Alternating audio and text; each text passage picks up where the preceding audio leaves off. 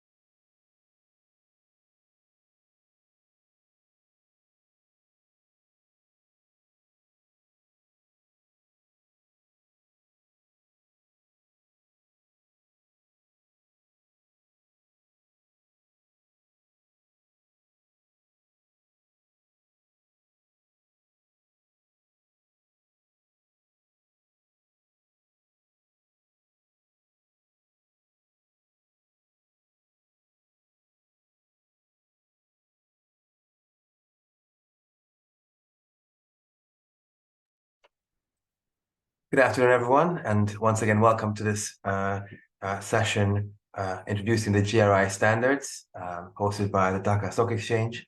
We wanted to welcome all of you and convey the apologies of the Managing Director, Dr. Tariq of the Dhaka Stock Exchange. He wanted to join us, but unfortunately, due to an unforeseen emergency, couldn't join us this morning, but he sent his regards.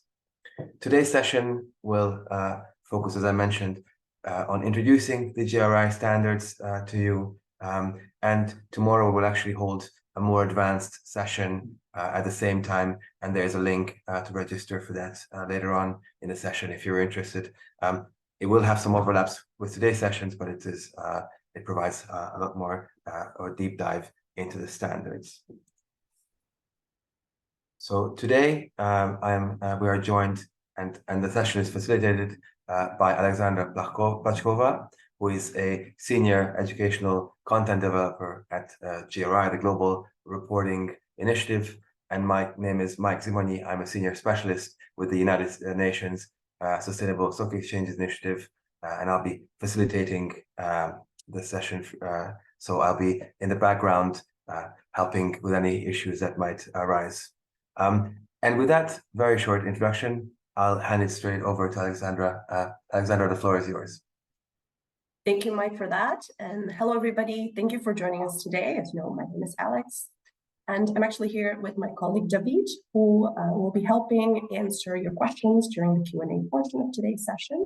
And we're very, very excited to be here with you today and take you through this introductory session on GRI reporting.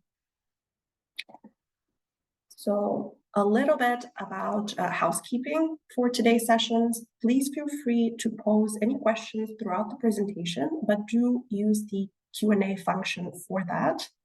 And we have dedicated about 20 minutes at the end of the session to answer these questions. So you don't need to wait until that portion to pose your questions, as you can do so as they come in while we're discussing different subjects.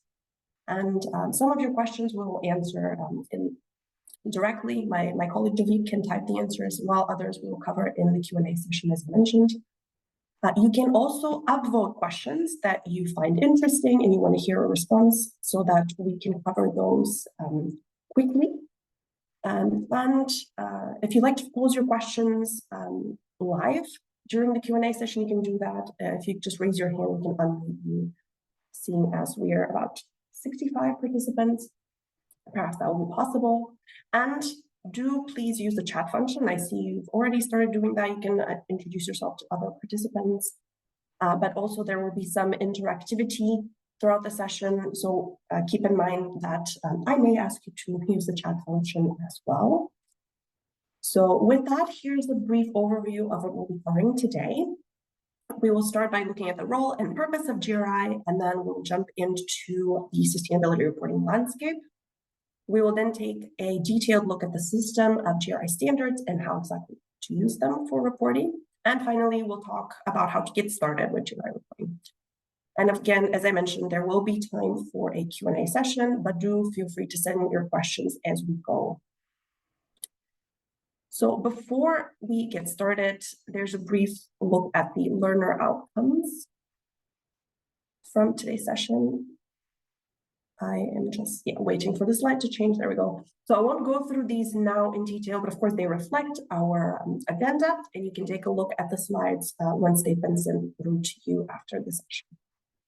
And before we jump into the content here, sorry, I skipped one slide. We have a quick poll question for you. So you can see that on your screen, and we're asking you what GRI stands for. So if you listen to the previous few slides, you probably heard that already, but this is mostly to test the poll question interactions. So is GRI Global Regulation Institute, is it Global Reporting Initiative, or is it Governmental Reporting Institution? So you should be able to answer the question, and then we can share the results once we've had your answers. Just again, we're going to be using poll questions throughout the session, so this is kind of a good way to test your understanding of that. We have just under half of the participants who have answered the questions. Yeah, so this is with a few more seconds. Yes, sounds good. Perfect. And again, we will cover a lot more about GRI in this first part of the training. So let's see if you're aware of the abbreviation. I'm sure that most of you are, especially seeing as we had that written out already on the introductory slide. It seems to be quite stable, so why don't we call it here, Alexandra? Yes. Wonderful. And so yeah, perfect. 84% resounding. answer B, that is absolutely correct. We are the Global Reporting Initiative.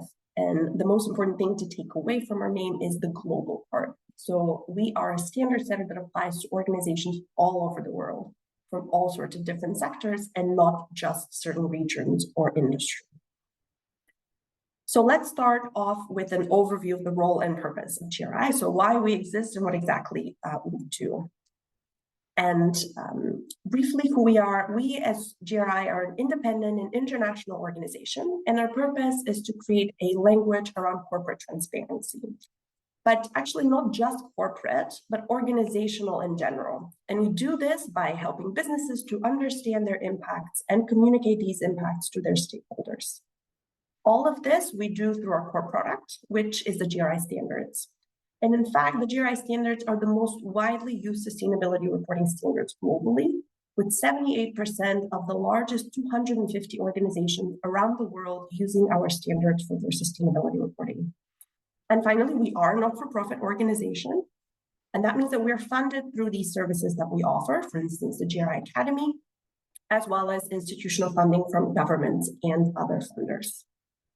And now on to the purpose of GRI. It's difficult to discuss the purpose of an organization like ours without firstly discussing sustainable development as a whole. So the definition of sustainable development is development that meets the needs of the present without compromising the ability of future generations to meet their own needs. And this definition was laid out in a document called the Brundtland Report in 1987. And it was also endorsed by members of the United States. It received broad international support and recognition. And this is how we as GRI understand and frame sustainable development today. But how exactly do we achieve sustainable development? So of course, there's many different ways to do so, but we as GRI approach the achievement of sustainable development through sustainability reporting. This definition of sustainability reporting is the process of publicly reporting information about an organization's most significant impacts. And the process to do this involves determining material topics. So those are topics that represent an organization's most significant impacts on the economy, environment, and people, and then publicly reporting about these impacts to stakeholders. We will go through the process to determine material topics in greater detail a bit later. So no worries if this is not necessarily clear to you at this point. But now, in brief, the purpose of GRI is to enable sustainability reporting, and through this, contribute to sustainable development. And we do this through the GRI standards, which again enable an organization to publicly disclose its most significant impacts on the economy, environment, and people, including impacts on human rights. And this is essentially the process of sustainability reporting. Now, a little bit more about our impact. I won't go through each of these stats, but you can take a look at the deck when it's sent through later.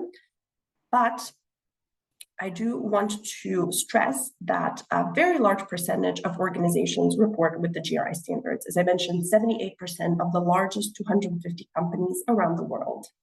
And then if we look at the total number of organizations reporting with the GRI standards, that's over 11,000. So the standards are the most widely used impact reporting standards for sustainability reporting worldwide.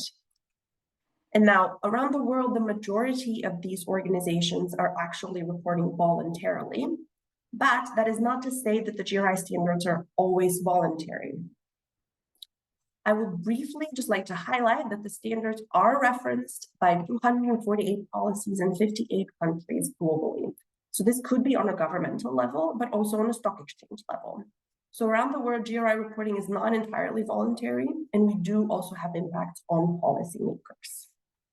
So now to finish off this first short session, we have another poll question for you, where we're just going to ask you if your organization is thinking about using the GRI standards for its sustainability reporting. So this is just to gauge a little bit about our participants, and you can find out, again, what your peers are doing at the moment with regards to GRI reporting. So perhaps you're already using the standards, or maybe you're just getting started. So this is a great introductory session for that. Maybe you use other standards, frameworks, or regulations, or perhaps you don't even have a sustainability report. So please feel free to drop your answers via the poll. And for those of you who are not using the standards or are using other frameworks, we'd be very curious to know which ones exactly you're using. So feel free to drop some answers into the chat. Maybe you're using the SASB standards or TCFD framework. It will just be very interesting to hear from you as well. And speaking of other standards and frameworks, this is actually what we're going to address in the second part of this session very shortly. So this is a good segue into that. But of course, before we do that, again, we're just curious to know where your organization is at in its sustainability reporting journey. So I suggest we give a few more moments for that we have, I suppose, about half of participants.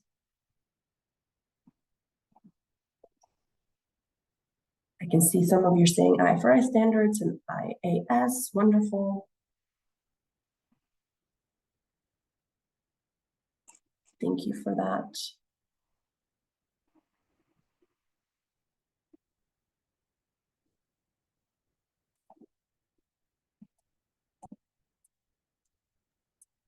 I think the answers are slowing down now, so perhaps good time to. I think it'll be a good moment to share the results, and then we can move on so that we have enough time. Wonderful. So it's only 12% of you actually who replied that you're using the GRI standards, and 35% using other standards and frameworks.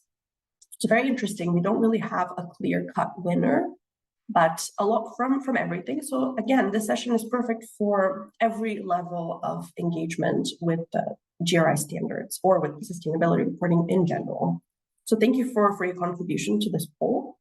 And now we are going to move into part 2 of today's session, where we're going to look at GRI and the sustainability reporting landscape. So if you're not new to sustainability reporting, you'll probably know that at this point, there are multiple reporting instruments that you can use for your sustainability reporting. But unfortunately, we have seen confusion about how to differentiate these instruments and what exactly each one is intended to do.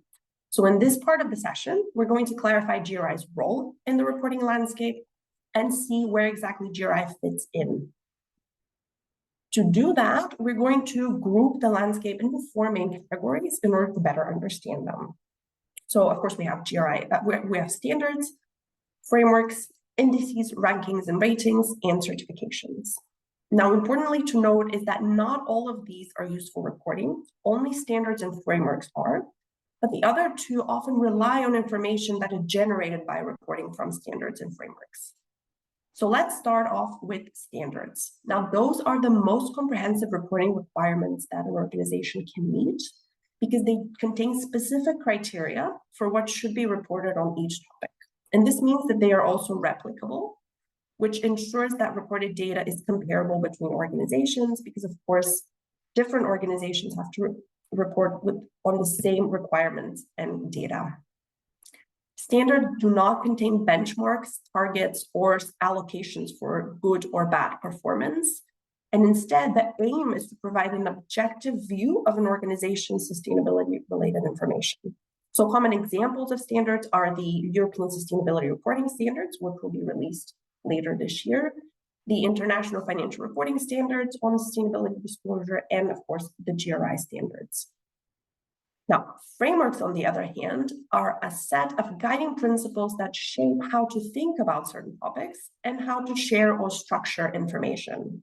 However, unlike standards, frameworks usually don't include a defined reporting obligation or specific data requirements for reporting. So an organization might use a framework to guide its reporting on a topic if there's no standard available, or to guide sustainability-related strategy or practices. So as an example, we have the UN Global Compact or the TCFD recommendations. So for instance, TCFD has 4 core recommendations for reporting on climate-related financial materiality and 11 recommended disclosures across these topics.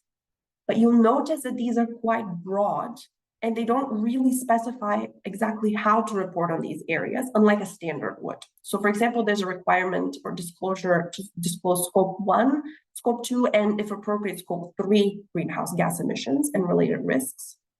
but there's no clarification on what emissions we're talking about exactly. Is it carbon dioxide or methane, and whether this disclosure should be broken down per product or per country.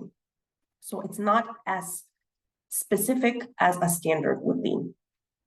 Now, afterwards, we have indices, rankings, and ratings. So these are used to assess an organization's sustainability performance, but they're not explicitly a reporting instrument. They're commonly based on a quantitative score or a risk score.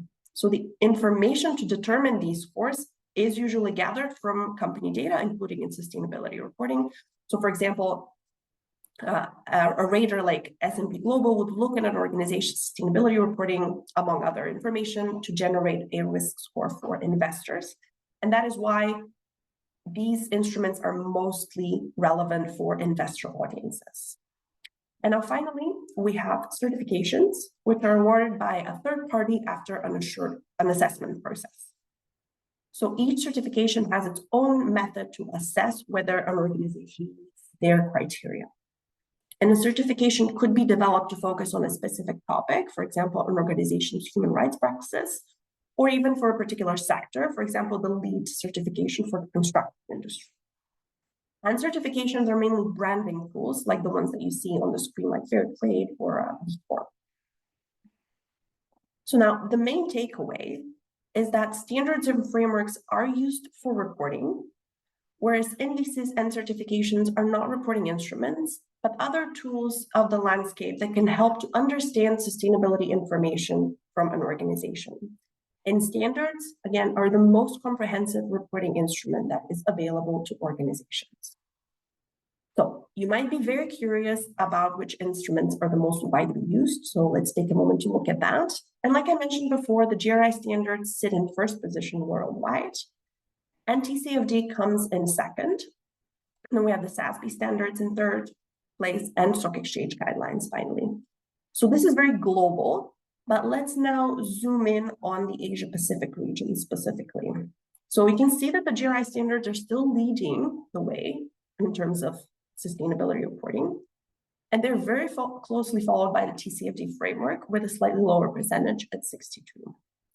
Now, at this point, you've heard the names of quite a few instruments in addition to the GRI standards that are used for sustainability reporting. And we categorize these by the type of instrument, so standard or framework. But let's now look at what exactly these instruments cover as another way to enable categorization. So in order to do this, we're going to focus on materiality. Now, there are two perspectives that a reporting instrument could have when looking at sustainability. So we have impact reporting and sustainability-related financial reporting. Impact reporting considers an inside-out perspective, meaning the impact of an organization on the world around it and the different sustainability challenges that it is contributing to, which again, of course, can be positive and negative. Sustainability-related financial reporting, on the other hand, considers an outside-in perspective, or the impacts of sustainability topics on the organization itself, specifically on its financial value. So impact reporting is about understanding the effects that your organization is producing on the economy, the environment, and people, and therefore what your organization's contribution is to sustainable development. So the GRI standards take this perspective, and that is why we say that the GRI standards are the most widely used impact reporting standards globally. Sustainability-related financial reporting, on the other hand, is about financial risk management, or how these same sustainable development challenges financially impact the organization. And here we have TCFD as an example that covers this perspective. So one important point to mention is that the two perspectives of materiality are complementary and cater to the information needs of various stakeholders. For instance, investors who require financial and risk information may be looking more towards a framework such as TCFD or the IFRS sustainability disclosure standards because they cover the sustainability-related financial materiality perspective. Whereas an organization's employees that are looking to understand the social and environmental impacts that their organization is making might be looking more towards an impact reporting perspective with the GRI standards. So let's take a brief high-level look at the following tools that we discussed and how they can be applied in sustainability reporting. So these that you see on the screen represent some of the biggest instruments in the reporting landscape. So of course we have the GRI standards and the TCFD framework, which is the Task Force on Climate-Related Financial Disclosure. Then we have the IFRS Sustainability Disclosure Standards, which were released earlier this year. And we have the ESRS, or the European Sustainability Reporting Standards, which are created by EFRAG. That's the body that created the standards, and this is why you see their logo on the screen. Now, I did mention the SASB standards earlier, but in the future, these standards are most likely going to be replaced by the IFRS Sustainability Disclosure Standards, which is why we haven't included the SASB standards here. And you may be wondering why we've included ESRS, because they are European standards. Now, these standards will be released this year, but from 2028, they will also affect organizations which are not European per se, but which do have operations in Europe. So it might be the case that these standards could apply to your organization in the future. And we're going to look at that a little bit more later. So let's dig into each, and we'll start with materiality perspective. Now, as I mentioned, the GRI standards are currently the global standards with an exclusive focus on impact materiality. The IFRS and TCFD can complement that perspective with the sustainability-related financial perspective of materiality on sustainability issue, thereby contributing to a very holistic double materiality perspective on an organization's sustainability, impacts, and risks. And then we have the ESRS, the European standards, adopt a double materiality approach. And that's an interesting development in the landscape, actually. So these standards require two perspectives on sustainability topics and are actually the first of their kind to do so. So they have been purchased from government organizations or stock exchanges from their organizations to report on double materiality using, for example, the GRI standards together with the IFRS Sustainability Disclosure Standards. But so far, there has not been a single instrument that requires double materiality until the ESRS came into play. And of course, these perspectives influence who the focus audience is for the information that is generated by each instrument. So as we mentioned before, when we talk about sustainability-related financial reporting, that's more geared towards investors, and that is why we have TCFD and IFRS looking at an investor audience, whereas GRI and ESRS covering impact reporting, thereby having a wider audience.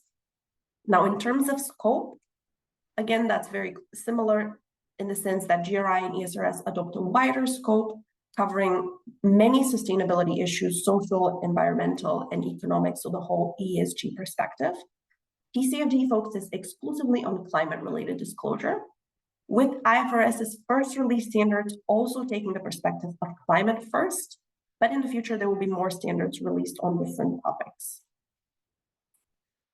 Now, GRI and TCFD are largely voluntary, and around the world, as we discussed, GRI reporting is largely voluntary, but mandated in certain jurisdictions to particular types of organizations or by stock exchanges or industry bodies. So for example, the Taiwan Stock Exchange, in fact, mandates GRI reporting, whereas in the UK, TCFD reporting is mandated for large companies. It is possible that the IFRS Sustainability Disclosure Standards may be mandated by certain jurisdictions in the future, but we don't yet know if that is the case. But that is what the IFRS Foundation is aiming for, so it's a good idea to keep an eye on these developments. And like I mentioned before, the ESRS will affect most organizations in the EU, but will also affect those that are located outside of the EU, but have substantial activity or a subsidiary in Europe. So these reporting requirements for companies outside of the EU will come into effect in 2028.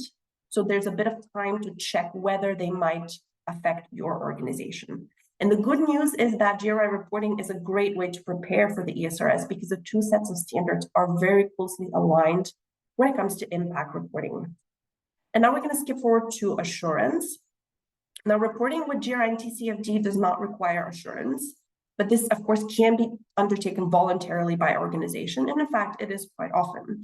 However, if an organization is using GRI or TCFD to meet reporting requirements set by another body, for example, stock exchange, then that body itself may mandate assurance on sustainability information. So it may happen that an organization is required to assure their GRI or TCFD generated information, even though that instrument itself doesn't have an external assurance requirement. If IFRS reporting is required by a body for reporting on risk management, then that body again might determine whether assurance is mandatory, but it is not mandated within the instrument itself. The only outlier, once again, are the ESRS, because they actually do require assurance of sustainability information. And initially, this will be limited assurance. However, it is possible that we will move on to reasonable assurance over time. Now, just before we move on to the next slide, I just want to remind everybody, please feel free to put any questions you may have in the Q&A function, because that will make it much easier for us to answer them afterwards. Now, as GRI's big part of the work that we do is to try and harmonize the reporting landscape where possible. So we don't want organizations to be confused about which reporting instrument to use, and we want to make the reporting process as simple as possible. That's why the GRI standards are routinely mapped against other standards and frameworks. And you can see on the slide, there's a link to the GRI website where you can find various alignment documents covering some of the tools that we covered just now. So many organizations choose to report on multiple frameworks to cover the double materiality perspective. So that's why it's easy to make use of the mapping documents in order to make sure that you understand what exactly you need to be reporting. And when each GRI standard is developed, existing authoritative frameworks and instruments are taken into account, like the ones that you see on the screen from the UN or the OECD. And that is to ensure that concepts that are covered in the GRI standards, for example, the concept of due diligence, are streamlined with global expectations for responsible business conduct. And finally, it also happens the other way around, actually, that other reporting tools do take the GRI standards into account. And here I want to highlight the upcoming European sustainability reporting standards. The impact reporting part of these standards, because as we discussed, they cover the double materiality perspective. But the impact perspective is very closely aligned with the GRI standards, which means that many reporting requirements of the ESRS can be fulfilled through reporting with the GRI standards. And now to finish off, we have another final poll question for you before we move on to the next part of the session. And here, we're asking you which standards or frameworks does your organization use for its sustainability reporting? And you can see most of these that we discussed now are listed on as examples. And just to clarify, where you see CSRD, that is the Corporate Sustainability Reporting Directive, and that is the instrument that required or necessitated the creation of the European Sustainability Reporting Standards. So the companies that fall within the CSRD mandate are the ones that will have to report with the ESRS, and that's why we've combined them into one answer here. You see, of course, GRI standards, TCFD. We have SASB, of course, because the standards are still valid. But as we discussed, they will likely be replaced by the IFRS sustainability disclosure standards in the future. So we did ask you to drop some of these answers into the chat, but now we have an opportunity to answer that question through that poll as well.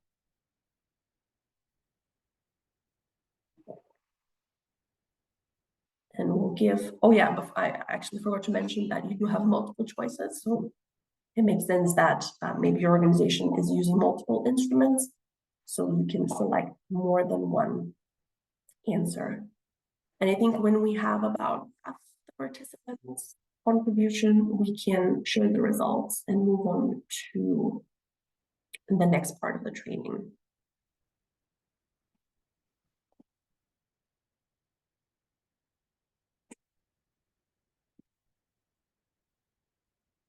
Wonderful. We have the results here, and actually a lot of you, 60% are reporting with the IFRS sustainability disclosure standards, or here we also encompass the IFRS as the financial reporting standards.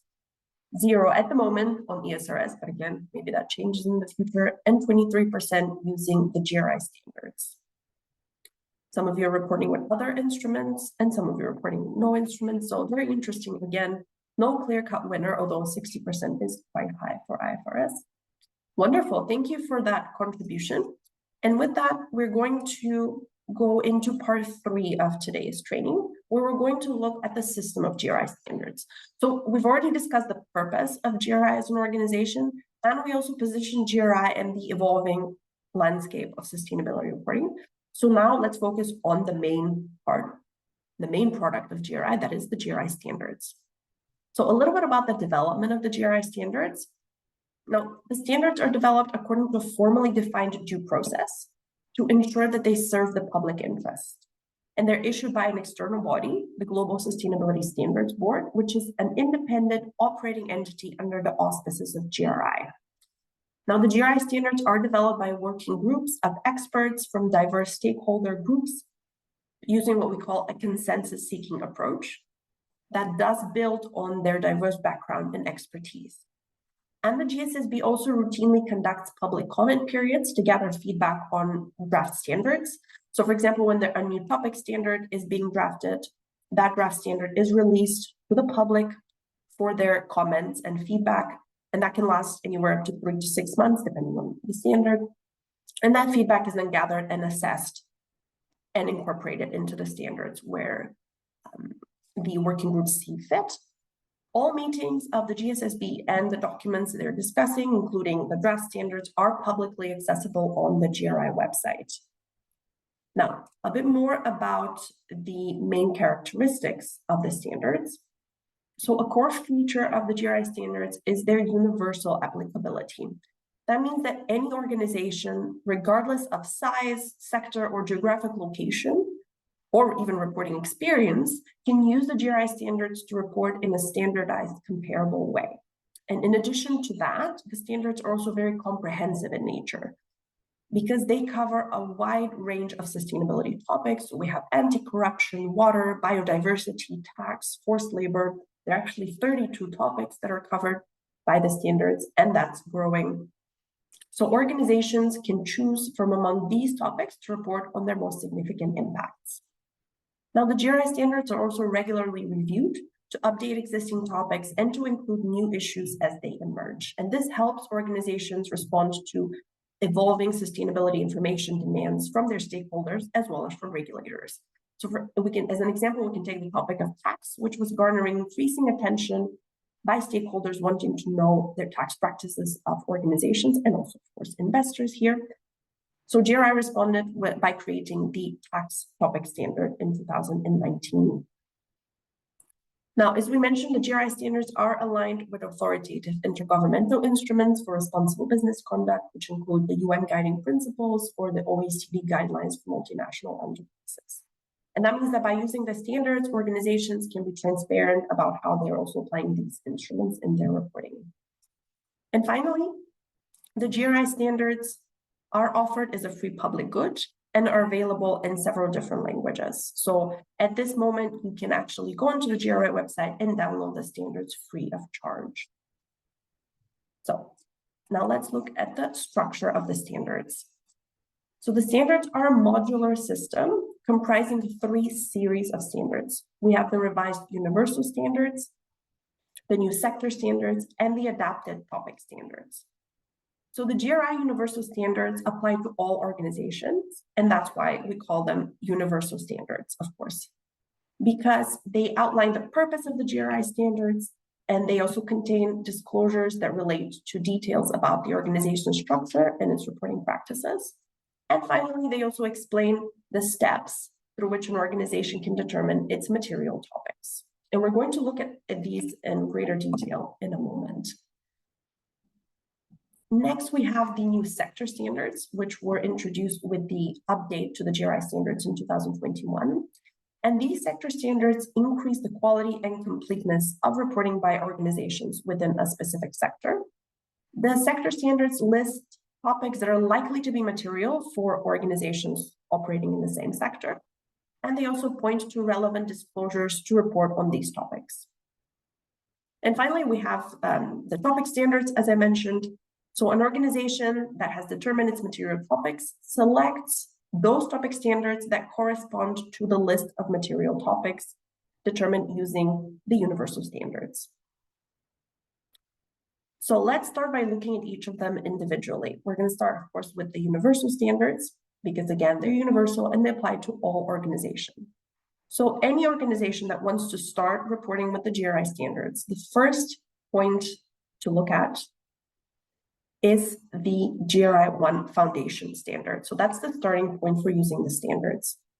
GRI 1 introduces the purpose and system of GRI standards and explains the key concepts for sustainability reporting. GRI 1 also sets out reporting principles which guide the organization in ensuring the quality and proper presentation of reported information. And it also includes requirements for preparing a sustainability report in accordance with the GRI standards. So basically, this standards tells you what the GRI standards are, how they're supposed to be used together as a set, so how they interrelate, and present these 4 key concepts that you see on the screen. These are fundamental to reporting with the GRI standards. So understanding these concepts and how they work is absolutely necessary in order to be able to report with the GRI standards. Now, the second of the set of universal standards is GRI 2 general disclosures. So it contains disclosures for organizations to provide information about, again, their reporting practices, activities and workers, governance, strategy, and stakeholder engagement. So this information is, again, universally applicable because it gives important insight into the profile and scale of the organization and thereby important context for understanding its impacts. And when I say that they're universally applicable, this means that an organization does not perform a materiality assessment to see whether the standard or the disclosures within that standard are relevant to them. An organization reporting in accordance with the GRI standards is required to report all the disclosures in GRI 2. And the same goes for the disclosures in GRI 3, which is the final set of the universal standards. That standard explains the steps by which an organization can determine the topics that are most relevant to its impacts, meaning its material topics. And it also describes how the GRI sector standards are to be used in that process. The standard also contains the 3 disclosures that you see on the screen to report the process to determine material topics, the list of material topics, and how the organization is managing each of its material topics. So that was the 3 universal standards that again apply to all organizations. So after we've gone through them, let's focus on the GRI sector standards. So these are designed to help identify a sector's most significant impacts and reflect stakeholder expectations for sustainability reporting. Each sector standard describes the sustainability context for a sector, and it outlines the topics that are likely to be material for an organization based on the sector's most significant impact. So for example, we have the first sector standards is GRI 11 oil and gas, and one of the likely material topics, as you can imagine, is greenhouse gas emissions. So in addition to listing material topics, each sector standard also lists disclosures for each topic relevant for the sector to report on these impacts. And these disclosures mostly come from the GRI topic standards, but they can also come from other sources. Now, one important point to mention is that an organization reporting in accordance with the GRI standards is required to use the applicable sector standards, if these are available, when determining its material topics. But it is also important to note that it may be the case that not all topics in a sector standard are material for every organization, and the organization is not required to report all of them. It may be also the other way around, that for some organizations, there may be topics that are material, but that are not represented in their relevant sector standard. And for these reasons, organizations are still required to conduct their own process to determine material topics based on their own specific circumstances, while using the sector standards as a guidance. So the sector standards are not meant to replace an organization's materiality assessment process, but rather to aid in that process. So now we have a quick poll question for you. And this is actually not a poll question, but a write-in question. So this is when I mentioned at the start of the session that I'm going to ask you to, this poll is actually a bit early. So this has to come a little bit later in the presentation. My apologies for that. And this is actually a writing question. So if you can use the chat function to just write any number that you think will be the number of the sector standards that will be released in the future. So you can use the chat function at just a ballpark figure. Even if you don't know, that's absolutely fine. We're going to reveal that momentarily. But just to see what you think will be represented by the sector standards. So again, you can just use the chat function to just write any number that you think. Some of you are saying 10.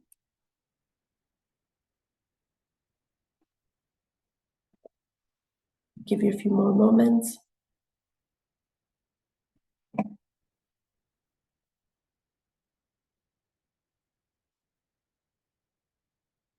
Just another answer, 40. Well, for the sake of time, I'm going to move us ahead and actually reveal that it is 40.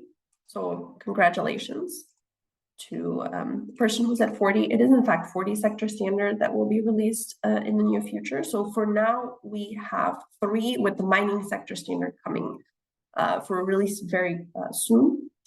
So overall, the sectors have been grouped into these 4 categories that you can see on your screen. And the release of each standard is prioritized by the significance of the sector's impact and the overall size of the sector. So that's why you see oil and gas and coal as the first 2 to be prioritized for creation in terms of a sector standard. And furthermore, sectors with synergies and overlaps have also been grouped together for close release. So we have the extractive industries as first, and then you can see the financial services sector standards have also been grouped for close release. And you can check the GRI website for an estimated timeline for the sectors that cover your organization sector. And now, since we covered the sector standards and the universal standards, that means we have, well, you guessed it, the topic standards, the final series in the system of GRI standards. So these contain disclosures that an organization uses to report information about its impact in relation to a particular topic. And the organization uses those topic standards according to the list of material topics that it has determined using GRI 3.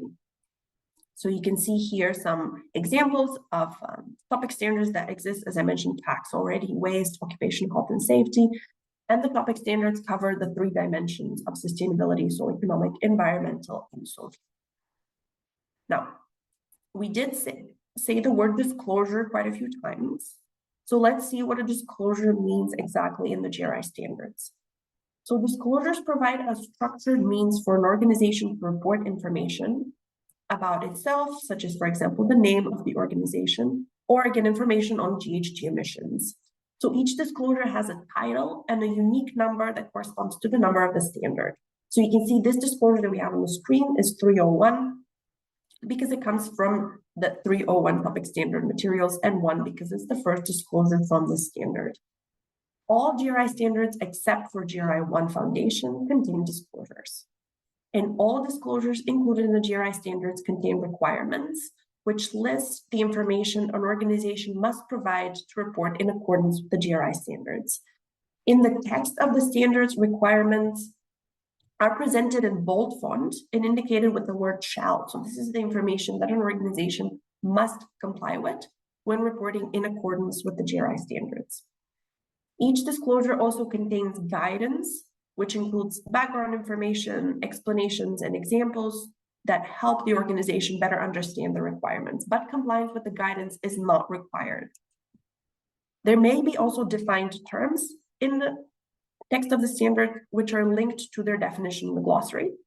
So if you want to know how exactly a specific term like non-renewables is defined in the GRI standards, you can just click on that and that will take you to the glossary to find the definition. And standards finally may also include recommendations, which are cases where a particular course of action is encouraged, but it is not required. And those are indicated by the word should or can. And now we get finally to our poll question before we move on to part 4. And here we're going to ask you which GRI universal standard contains the 4 key concepts. So we're going to discuss them in a little bit more detail again afterwards. But the concept of impact, material topic, due diligence, and stakeholders. So these are fundamental concepts for understanding how to use the GRI standards and how to report on an organization's sustainability contributions in general. So are these concepts to be found in GRI 1 Foundation, GRI 2 General Disclosures, or GRI 3 Material Topics? So I'll give you a few moments to add your responses, whatever you think is the correct one. And again, in part 4, that's the next part of the session, we're going to discuss how to use the standards for reporting. So we're going to revisit these 4 key concepts. Perhaps when we've gathered around 50% of responses, we can share the results so that we can ensure we have sufficient time also for the Q&A. And on that note, I am seeing there's some answered questions. And just a kind reminder, if any questions come up while I'm speaking now, don't wait until the Q&A. You can just drop them into the Q&A function now. And if you see a question that you like, you can use the upvote function so that they come up on top of the list and we can address them first. So for the sake of time, perhaps we can share the results of the poll now. Perfect, thank you. Well, we have 38% for GRI 1, which is actually the correct answer. As we discussed, GRI 1 Foundation is the starting point for reporting, and the key concepts being the foundational elements for reporting can be found in GRI 1. Thank you all for your contribution with the poll. And with that, we're going to move on to the final part of today's session, where we're going to discuss how to get started with the GRI standards. So what you see on the slide here are suggested steps to take when reporting with the GRI standards. So we'll be coming back to this image as we explore the process in general, but do note that neither these exact steps nor the sequence in which they're performed is a requirement when reporting in accordance with the GRI standards. So this is just simply a suggestion to kind of visualize the process as we go along. So when an organization wants to report with the GRI standards, it first needs to decide whether it's going to be reporting in accordance or with reference. So there are 2 ways of reporting with the standards. An organization can prepare its report in accordance when it wants to provide a complete picture of its most significant impacts. But if it cannot comply with certain requirements for reporting in accordance, it can also report with reference to the GRI standards. So you can see there are these 9 requirements on the slide. All 9 need to be met when reporting in accordance, and these highlighted 5 need to be met when reporting with reference to the GRI standards. So an organization may start reporting with reference just to get an idea of what it needs to provide in terms of information to set up specific processes internally. But the GRI standards do recommend switching to reporting in accordance in time, as again, it will provide a comprehensive picture of the organization's most significant impacts. So now we will zoom in on the first couple of steps of the reporting process. Just waiting, giving a moment for the slide to switch. There we go. So earlier, we discussed the structure and purpose of the GRI standards, which means we now have a good understanding of the main elements of the standards.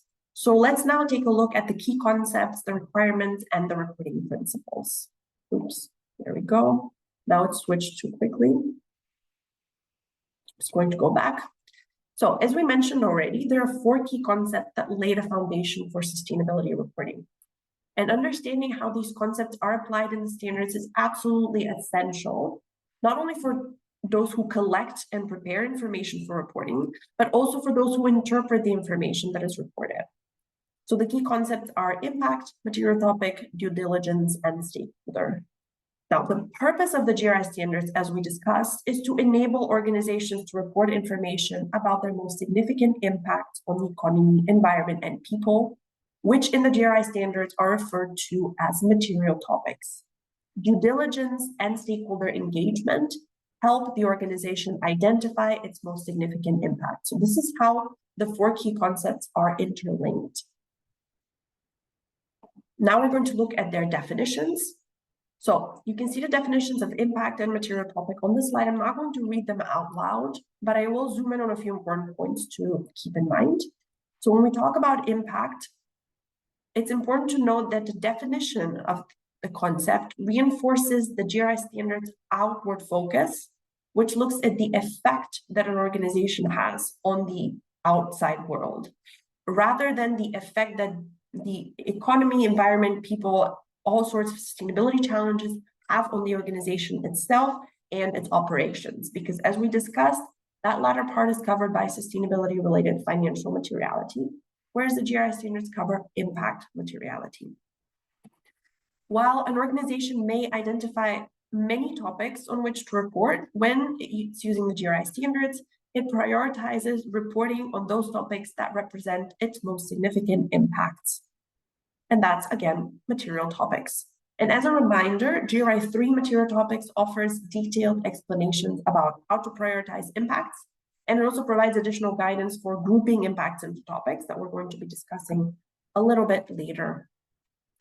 Now, moving on to due diligence and stakeholder. Again, you can see the definitions, and one thing that I'd like to zoom in on is the definition of both concepts are actually closely aligned with the definitions from the UN Guiding Principles on Business and Human Rights and the OECD guidelines.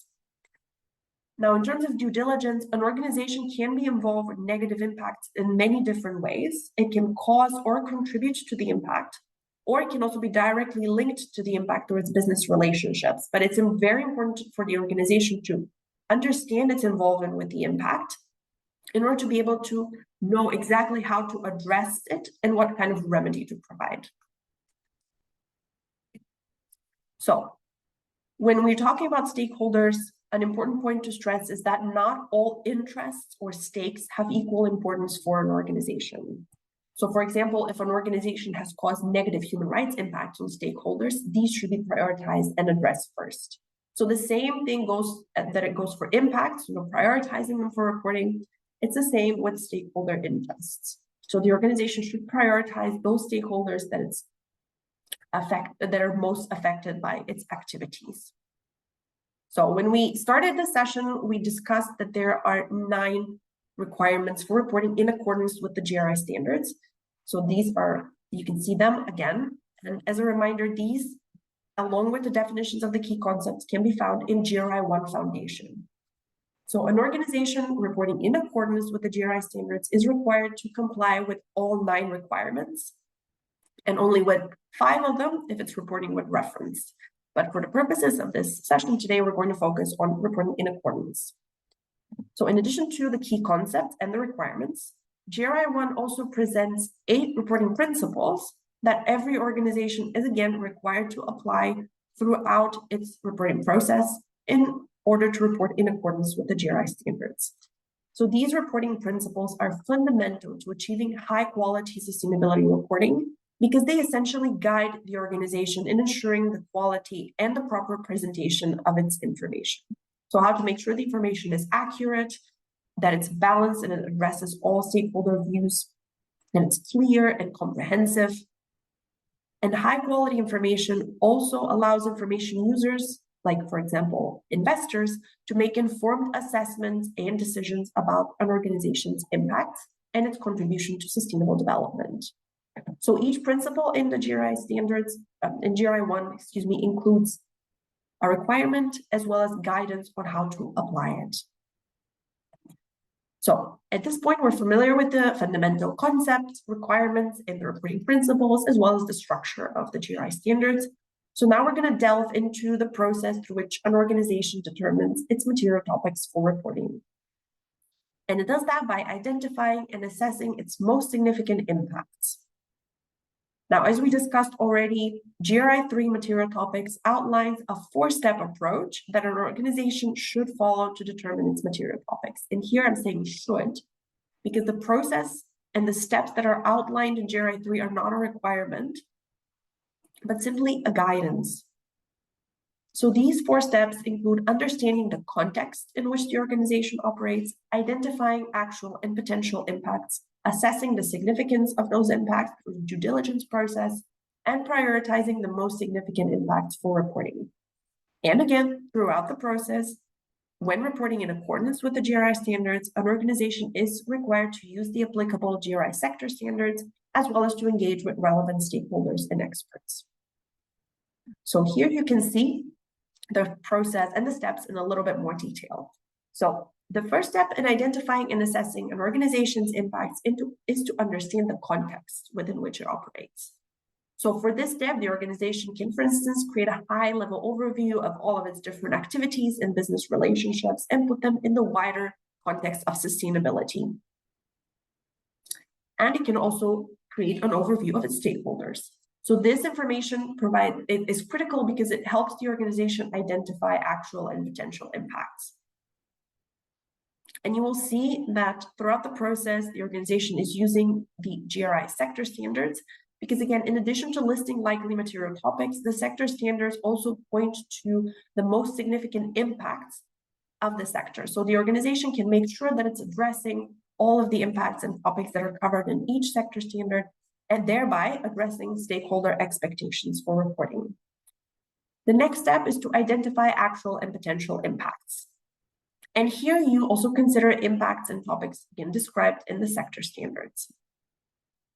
And as we discussed, the organization also needs to think about how it is involved with the impact, whether it's causing, contributing, or it is directly linked to the impact through its business relationships. Again, part of the due diligence process.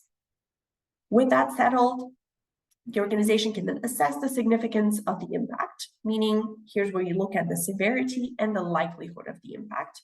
So what is the scale and scope and irremediable character of the impact and how likely it is for it to happen?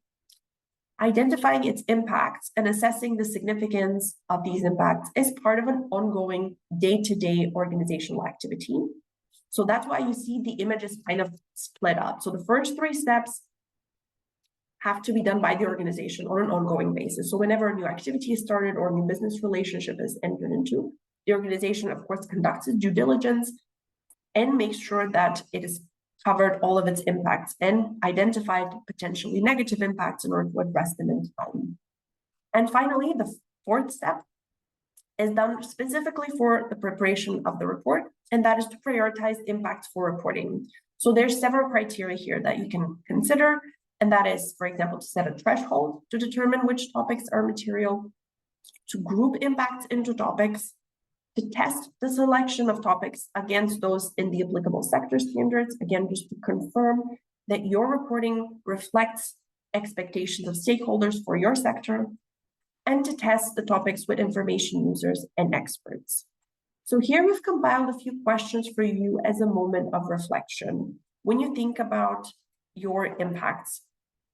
So for example, you can think about what kind of impacts they are, how significant they are. Again, here we're looking at severity and likelihood, so the scale and scope and irremediable character of the impact.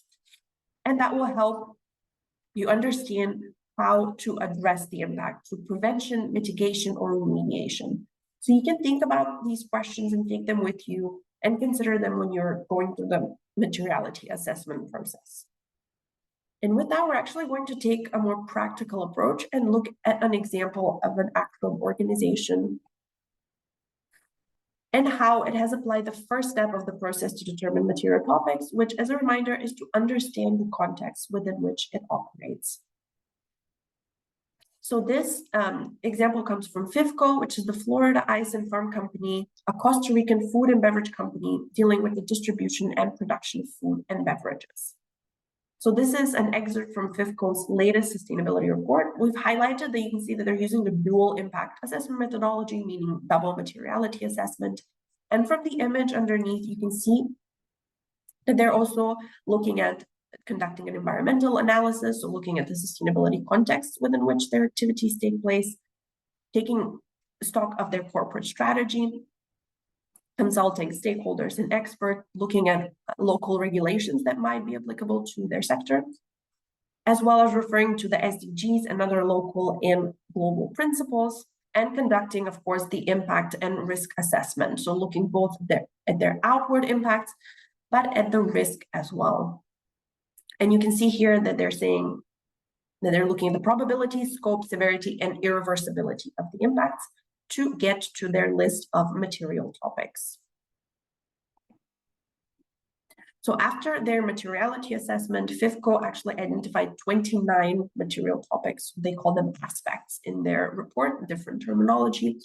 And they in fact plotted these material topics onto the matrix that you see on the screen. And again, because of the double materiality approach that they're using, they're looking and assessing the risk of the impact on FIFCO's operations, as well as how high their impact is on a specific topic. So if we look very closely here at the matrix, you can see in the green quadrant, that is the topics that the company had prioritized for reporting, because they have both a very high risk and very high impact score. Although it should be noted that a topic should not be prioritized only if it comes high on both impact and risk. But this is in the case of this particular organization. So in the yellow quadrant are topics that fall into relevant topics that the company will continue addressing, and emerging topics are what comes into the white quadrant. And you can see them reflected on the left, and you can read underneath each exactly what it covers. But of course, the priority topics are those that the company will prioritize for reporting. And based on its materiality assessment, the company actually prioritized 23 out of the 29 topics for reporting, but it did state in its reporting that it will follow and keep a close eye on these remaining topics in case they actually do become material in the future for them. So later on, I will also have a slide prepared for you with example reports, including this one of FIFCO, that has very clear materiality assessment processes, You can refer to those reports to see how your peers are conducting their materiality assessment. Now, at this point in the training, we're able to list the key concepts, the requirements, and reporting principles, and we can also describe the process for identifying impacts and determining material topics through the 4 steps in GRI 3. So in the following slide, we will discover how to report that information that we've gathered using the GRI standards by reporting the disclosures in GRI 2 and GRI 3. And of course, topic and sector standard. So once we've gone through GRI 1, perhaps the organization conducts its materiality assessment using GRI 3, and it has its list of material topics that it has determined using that standard. After that, it needs to report the disclosures in GRI 2, which, as I mentioned, are universally applicable, meaning that all of them need to be reported when reporting in accordance, although reasons for omission are permitted for most disclosures. So then the organization reports the disclosures in GRI 2, as well as the disclosures in GRI 3, which, as a reminder, that was 3 disclosures that ask the organization to report the process of determining material topics, the list of material topics and how that list has changed when compared to the previous reporting period, as well as how each material topic is managed. Now, when a GRI sector standard is available, the organization, again, is required to use that sector standard when determining its material topics and when determining what to report for each topic. So instead of having to go through different topic standards and look for the disclosures that may be relevant for the organization, the sector standard actually facilitates that process quite a bit, because if a sector standard is available for your organization, you simply open that, and if all topics are relevant for your organization, you will immediately see all the relevant disclosures from the topic standard listed in one location. So you don't have to go through different topic standards to look for the disclosures. If the sector standards are not available yet for your sector, once you've determined your material topics, you, of course, look to the topic standards based on the list of material topics and take the disclosures which are relevant for reporting on your organization's impacts. So reporting all of these disclosures provide a structured way for an organization to disclose its impacts. And again, if an organization cannot comply with a particular reporting requirement, in certain instances, it can omit the information, provided that it's given a specific and valid reason for the omission. And in addition to the requirements listed under these disclosures, of course, there's also recommendation and guidance that would add to the quality and transparency of the reports. So the last 3 steps of the reporting process deal with publishing the reported information, along with the GRI content index, the statement of use, and of course, notifying GRI. So at this point of the process, let's say our organization already has all of its information gathered. And as a last step, we can look towards preparing a GRI content index. So let's zoom in on that a little bit. So the content index is incredibly important because it provides an overview of the organization's reported information, and it helps stakeholders navigate the report. The GRI content index also specifies which GRI standards the organization has used, and it most importantly lists the locations, for example, the page numbers or URLs for all disclosures that the organization has used to report on its material topics. The content index can also help stakeholders understand what the organization has not reported. So for example, if we go back to our discussion about the sector standards, any topic that is included in the sector standard, but that the organization has considered not to be material, for whatever reason, it just doesn't apply to the organization, it's not material. The organization is not required to report that topic. However, it is required to include that topic in its content index and explain why it is not material. And again, that is because the sector standards and all the information that has been gathered in them reflect expectations of stakeholders and experts about what topics and impacts will be reflected in our organization's reporting. So disclosing that information provides another level of transparency. And this applies actually to any information that is omitted. For example, if an organization has to omit some information from a GRI 2 disclosure because the information is not available, that also has to be reflected in the GRI sector standard. In the GRI content index. So in terms of format, you're free to choose any format you like for the content index, but you can also make use of the GRI content index template, which is freely available on the GRI website. So again, you can choose also the visual identity of the content index. What is important to keep in mind is that the content index has to contain or comply with requirement 7 in GRI 1. So that requirement lists several sub-requirements that need to be met when creating a content index. So here, actually in the annex to GRI 1, you can see a template of the GRI content index. And you can see at the start, at the top of the index, the organization can note if it's reporting with reference to GRI standards or in accordance.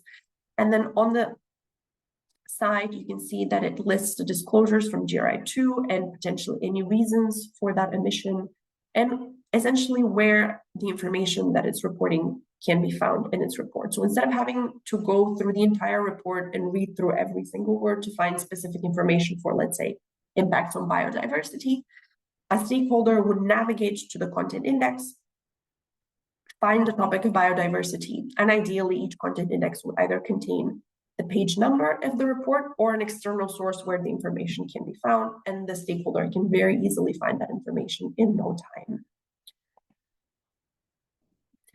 So here we've gathered a few practical tips for you, and I am mindful of the time because we have to start the Q&A session, but I'm actually going to take just a few moments to go through these practical tips with you.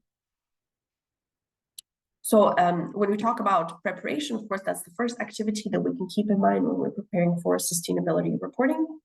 And one of these activities is to assess reporting requirements and initiatives, either at local, regional, or global levels that may be applicable to your organization, may be required.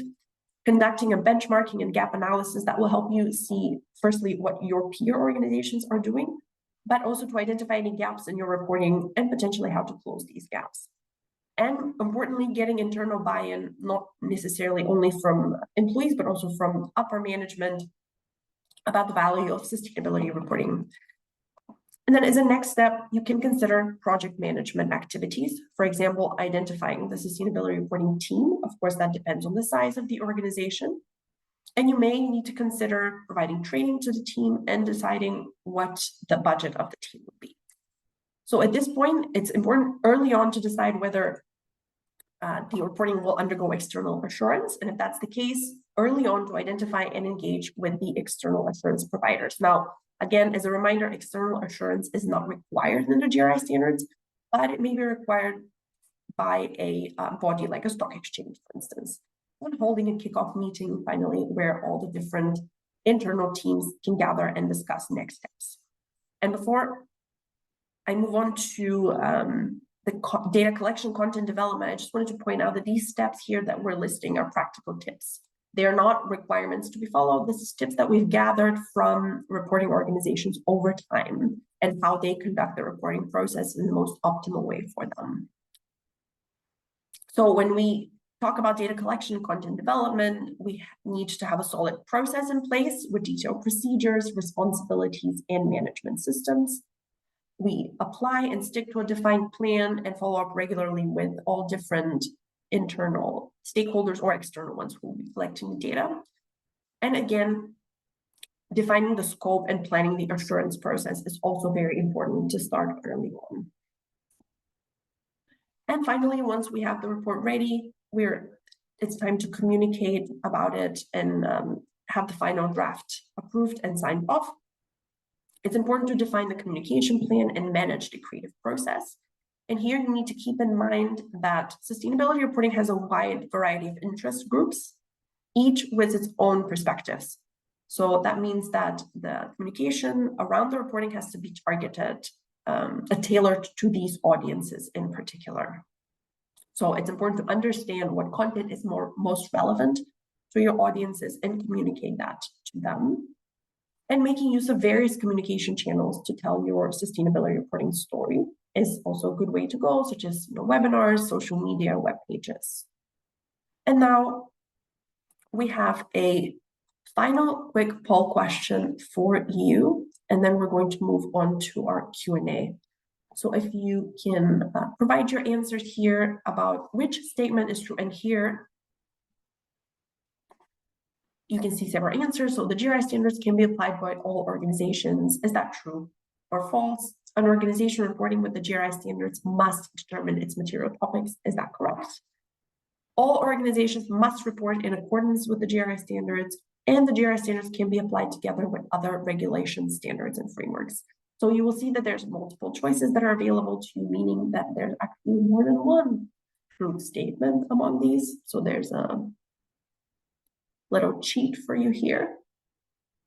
And being mindful of time, let's give just a few more moments for people to provide their responses. And then we can dedicate some time for Q&A session. And at the end, I have just very few slides to share with you, again, about further resources that you can explore, but that will not take a lot of time. So perhaps we can share the results now, although it does take a bit of time to go through these. So the response that got 65% is the GRI standards can be applied together with other reporting instruments. That is absolutely true indeed. An organization reporting with the GRI standards must report in accordance. Sorry, I'm reading that wrong. Must determine its material topics. That is absolutely correct. Yes. And the only one that is wrong is the one that nobody replied to. So that's great. All organizations must report in accordance with the GRI standards is not correct, because an organization can also report with reference to the GRI standards. Wonderful. Thank you so much for that. At this point, we've gone to the Q&A session. So I'm going to, I can see that my colleague actually answered most of the questions already, which is wonderful. Thank you for that, David. So let me just go through these and see if I can elaborate a little bit more, but please feel free to ask any questions that you have now. And if you want to pose your question live, that's also absolutely possible. If you can raise your hand and we'll be able to unmute you and give you that opportunity. Alex, I can actually help you with that, with looking through the questions. There was one question of someone asking, do you really have to notify GRI that you're at the end of your reporting? And if so, how do you do that? Yes, indeed. So that is still a requirement. And GRI did have a database where we were collecting all the reports, but unfortunately, because of reprioritization internally, that database is no longer available. We are still collecting that information because we do intend to restart that database to help all different users of reporting information access an organization's reporting very easily. So that is why that is still a requirement, and it's the final step. So you basically, indeed, as my colleague David indicated in the answer, is the final stage, and you send an email to report registration notifying GRI that if you've prepared a report in accordance or reference to the GRI standards, and most organizations also share a link to that report. So we do record that information. And we are working on a data strategy for GRI so that we can make that information accessible to different stakeholders as well. So that's kind of the reason why. We do have one hand raised in the meantime. So I can unmute if you'd like. Yeah, perfect. Absolutely. That would be wonderful. Saif bin Abedin, the floor is yours. And you will need to unmute yourself. So, good afternoon. This is Abedin from Center Studies Limited. So, my question here is the GRI standard disclosure is the financial related disclosure or sustainability or disclosure related standard we have to comply with. I'm sorry to interrupt, Saik, but I'm having difficulty hearing you. It sounds a little bit muffled. I don't know if it's the microphone. I'm not really clear on the question. Perhaps somebody else heard it. Can you help? Can you hear me now? A little bit better. Let me just increase the audio on my side. Yes, go ahead. Hello? Thank you.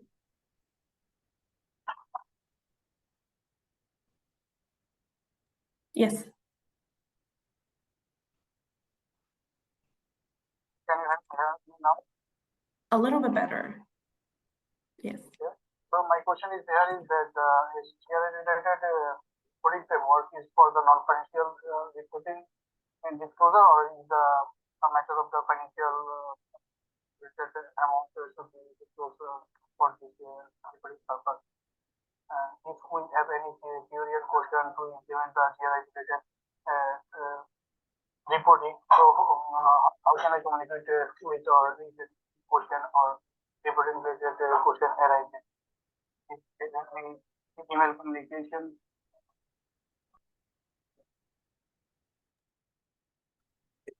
It was quite difficult to hear. I think the first part of the question was whether it's considered a sustainability disclosure or is it sort of related to financial disclosure. That part we heard, I think. Yeah, yeah. If that's about the GRI standards, and so GRI reporting with the GRI standards is indeed sustainability disclosure. It's about impact reporting. And I believe you also mentioned about financial reporting. And it is important to know that, you know, traditional financial reporting is obviously done by every organization. That's an absolute requirement, and it's been going on. I believe the first financial report was issued in 1920. So together with that information, now more and more organizations are reporting on their impacts, but also how sustainability issues are affecting them and in terms of risk management. So we're actually seeing a trend in that regard, that many organizations do an integrated report, and not necessarily that they're using the integrated framework for reporting, but that they're reporting both on their impact or their effect on the outside world, but also how sustainability issues affect them with the double materiality perspective, and you know, either using multiple instruments, which actually is the only way, unless we're talking about EU companies, which will be required to report with the ESRS. But in most cases, it's using multiple instruments. And you know, that's different from traditional financial reporting. I don't know if that answered your question.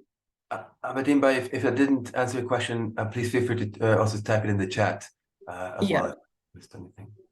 My question was: is the requirement of the financial terminology to the GRG related reporting, or is the disclosure related reporting framework? So whether GRI reporting is, the financial reporting is related to GRI reporting? We can hear you a lot better, but if you could speak a little bit slower, please. The connection is still not perfect. But we Okay. can hear you a little Okay. better. As per the IFRS, we have to comply the financial reporting, and there is the some amount to showing in our financial report. So GRI reporting is the financial terminology reporting, or is the compliance or social reporting framework. So we have to reporting in some compliance related issue. So which is the non-financial terminology. So in terms of alignment, as we discussed before, so the GRI standards are aligned with other reporting standards and frameworks, and that includes the IFRS sustainability disclosure standards, but not necessarily with traditional financial reporting. So indeed, if you're using the IFRS standards for traditional financial reporting, you can also present your impact reporting or sustainability information using the GRI standards in the same report. I don't know if that answers the question. Thank you. I got your answer, but here is my one question was that if I want to comply GRG standards, so if any question or the tricky arises to me, so can I make any email to your organization or about the drafting a question to get my answer if I want to comply? Yeah, for sure, absolutely.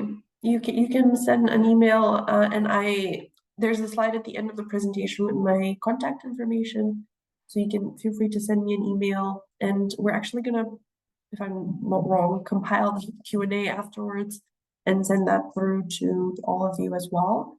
But my contact information is available, so if you want to send any questions, please feel free to do so. And I would suggest I would suggest getting in touch with Alex. I think we'll see how many questions we have at the end, and we can see if we can finalize them, of course. Let's move on to the Q&A section in the interest of time. That's all right, Alex. So one question is, what is the difference between GRI and ESG? Yeah, so that's interesting question indeed. ESG, it stands for environmental, social, and governance, and that's basically kind of a dimension that of these three elements that covers sustainability as a whole. So GRI covers the dimension of sustainability, so they're very much related, but the term ESG itself is not used in the standard. So when we talk about ESG under standards, what you see usually is spelled out is the economy, environment, and people. So that is how the GRI standards refer to sustainability overall. But of course, there are disclosures that cover the governance section of a company as well. So that's kind of how GRI and ESG are related to each other.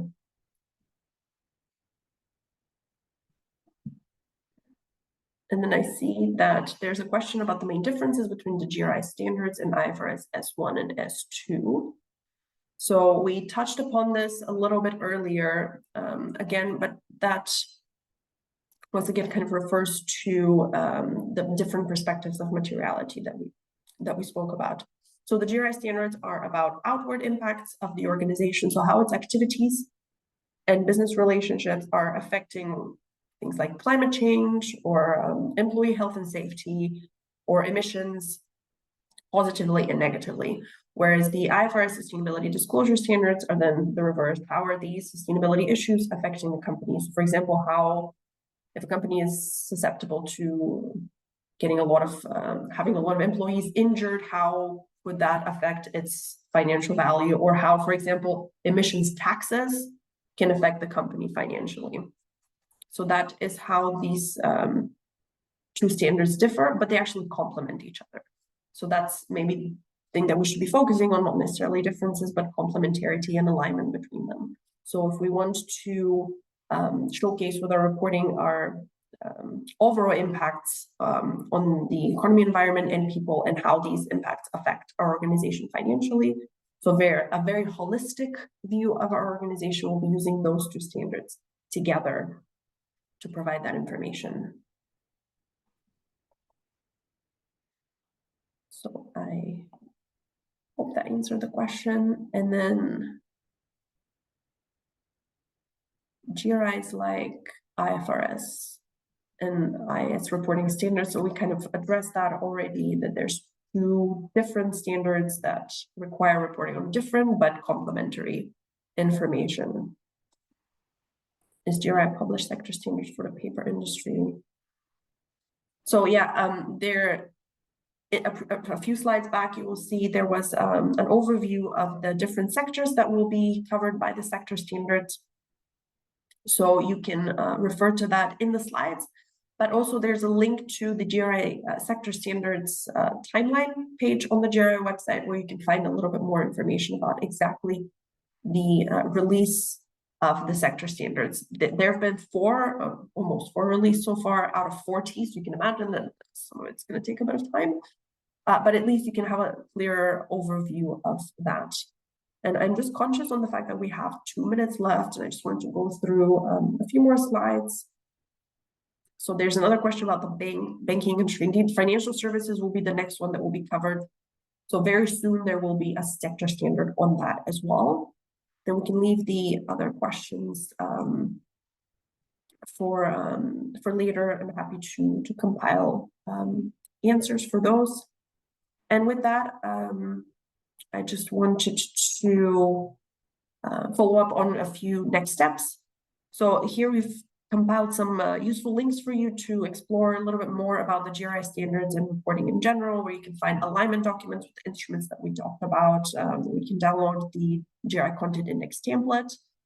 And if you want to learn more about the GRI services, our GRI Academy, and the training programs that we offer, our community program, and the report services, you can also find out a little bit more about that, as well as my email address. You can see that at the bottom of the screen. And finally, we as GRI, our role is not to say what a good or a bad report is in terms of the content, but we do often get questions regarding materiality assessment. Of course, it's the most challenging part, arguably, of the reporting process. So we don't endorse any of the following organizations' reports, but we do say that their materiality assessments have been explained well and are very clear. So it might be a useful resource for you to get a better picture of how organizations in the wider sphere of reporting are conducting their materiality assessment. And you will see FIFCO here as well, so you can explore their report as well. So with that, I'll pass it on to Mike. Thank you very much, Alexandra, for this very insightful and very useful and practical session. I hope you have all found it useful, and thank you for all those questions. We'll look at them and do our best to get back to you. To sort of close up the session, we do offer a certificate for completing this course, but we do ask you to receive the certificate to fill out a Google form to give us some feedback to help us improve this session for future sessions as well. And this is a requirement for you to get the certificate, and the link is on the screen. You can scan it with your phone as well. And it will also be in the follow-up email that will be sent tomorrow, along with a link to the slides, of course. I know many of you have asked for that as well. Very lastly, and very quickly, we are late already, so but I wanted to also mention that tomorrow at the same time, we're holding an additional training that's a bit more advanced. So if you're interested and you found this useful, please do register. There's still time, and we'd love to have as many of you on there as we can. So with that, I'd like to thank Alexandra again and David in the background for their help, for his help as well in this wonderful presentation. We'd like to thank the Dhaka Stock Exchange one more time for hosting this session, and you can see the email addresses that Alexandra mentioned as well. Thank you very much once again for your time, and wish you all the best. Thank you, everyone. Have a good rest of the day. Thank you.